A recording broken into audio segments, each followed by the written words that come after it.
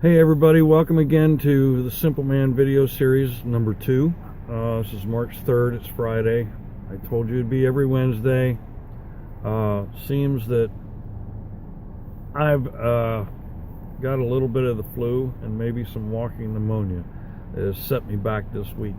But before I go any further, I want to give a great big shout out to my daughter Samantha Raylin for turning 17 on Wednesday, February 28th.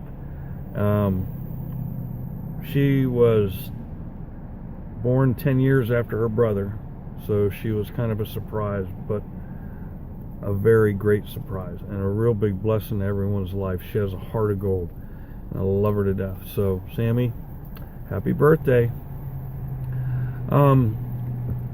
This week, I think I'm going to touch a little bit on this thing about sickness and being sick, because we're grown up, or as we grow up, we're taught, just tough it out and go through it, and you have to go to work and you have to do this and do that to make a living, and it doesn't matter how you feel, and tough it out, no crying, all that bullshit, really. I'm here to tell you, and this is especially going to my kids and my grandkids, there's no job, there's no amount of money or anything else that is worth your health. You're just doing something to please someone else. Yeah, you're getting a paycheck in return, but other than that, they really don't give a shit about you unless you're working for yourself, and then you hire somebody you can trust to take care of things for you while you're taking care of yourself, nurturing yourself. I was going to go into some of the stuff about what I did for healing myself. Basically, yeah, I will. So basically, plenty of rest.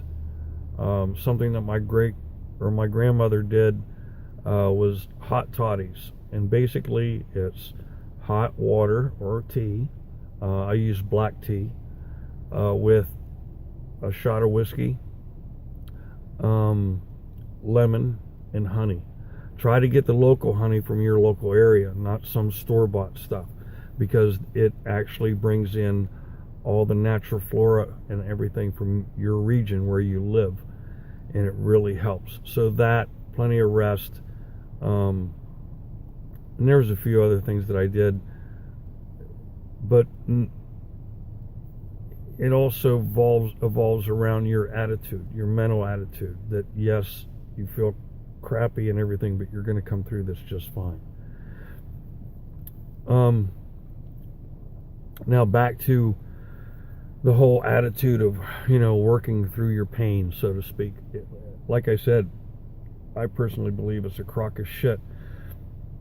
I look at my own father, who dedicated himself to 20 years in the Marine Corps, a good number of years as a painting contractor and working for other people in between those two, and taking on so much stress and everything else that it gave him a heart attack before he reached my age, where I am now. And he unfortunately has been on a downhill decline ever since, and I swore that I would never let that happen to me. I don't want that to happen to any of you, not just my family, but any of you listening to this video and watching it. It's just not worth it. The quality of life that we have is our own choice. And if it takes taking time off and relaxing and doing nothing but sleeping and vegging out or going out for a walk or whatever it is you have to do to force yourself to get a little bit of exercise, then do it. But not only my father, but my grandfather, who, spent all of his years working, and after he retired, he made a joke one time. I said, well, Pap, how do you like, being retired? And he says, well, hell, son, I find more stuff to do now than I did when I was working. So he was a very active man. But he, they missed the cancer diagnosis too late, and it began to eat him away. The only two people that lived, both of them, I believe, my grandmother, which is his wife, lived to be 95, and her father, my great-grandfather, lived to be, I think, 97. And both, as far as I know, just died from natural causes, nothing horrendous. But they both believed in a good work ethic, but they also believed in, and this is very, very important, your attitude. It was just a sense, my great-grandfather was the prankster. He always liked to pick on people and joke around, and I think that had a large capacity for his life, and that he just enjoyed life for what it was. He worked on a farm. He had other jobs and stuff too, along with the farm. So obviously he worked hard, but he found his peace and his enjoyment in the things that he did, around the farm, doing things with the family, and so did my grandmother. Now back to my father and my grandfather. I also believe that the reason that their health declined, especially my grandfather, was because my Aunt Gloria, my mom's only sister, passed away from a brain hemorrhage when she was only 21. That was in 1969. And so those types of medical advances were not known to even foresee things like this, through brain scans and things. So when you have that, plus what he dealt with in World War II, and then again my father, what he dealt with in Vietnam, these are the kinds of things that can cause cancer from an energetic standpoint. And we'll get into that sometime. If you have any questions, put them down below, and I'll be more than happy to answer them. As a Native American healer, everything that I've studied, everything is energetic. There was a doctor who just recently came out, it's online, who he is a cancer research specialist, and had also said the very same thing, that something like cancer is not physical, is metaphysical.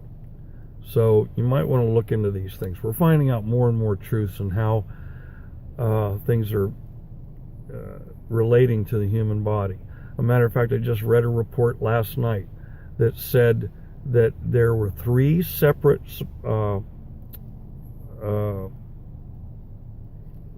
so I'm sorry for the little bit of brain fog from being kind of down and out here.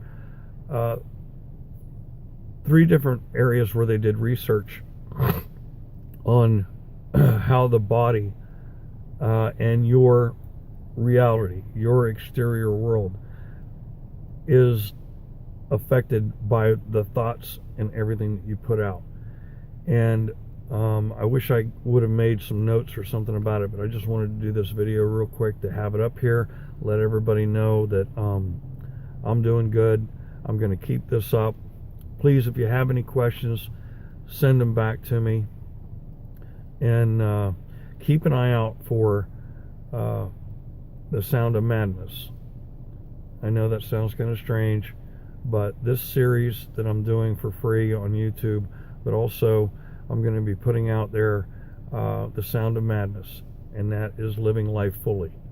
And it's no such thing, I don't believe, as the American dream anymore. Because if you say it's the American dream, then you're just giving yourself up to ownership, so to speak, to society and the United States government. And I think that's where one of the places we're making our mistake. So that's why I always end these things with Dare to Dream, because it's going beyond what we have the ability to see right in front of us in our own world. It's what we co-create our world to be. That means our immediate world for our personal lives, the lives of our families, our friends and our co-workers, our communities, And then once that begins to grow, that sense of community like it used to be hundreds of years ago, I firmly believe that's when you're going to see the biggest turnaround in this country and in this world. So anyway, I just wanted to put this up real quick. Say I love all of you. Hope you're having an awesome week. The beginning of March. Is it March or April that's in like a lion and out like a lamb? Well, it's pretty freaking cold here in Pittsburgh.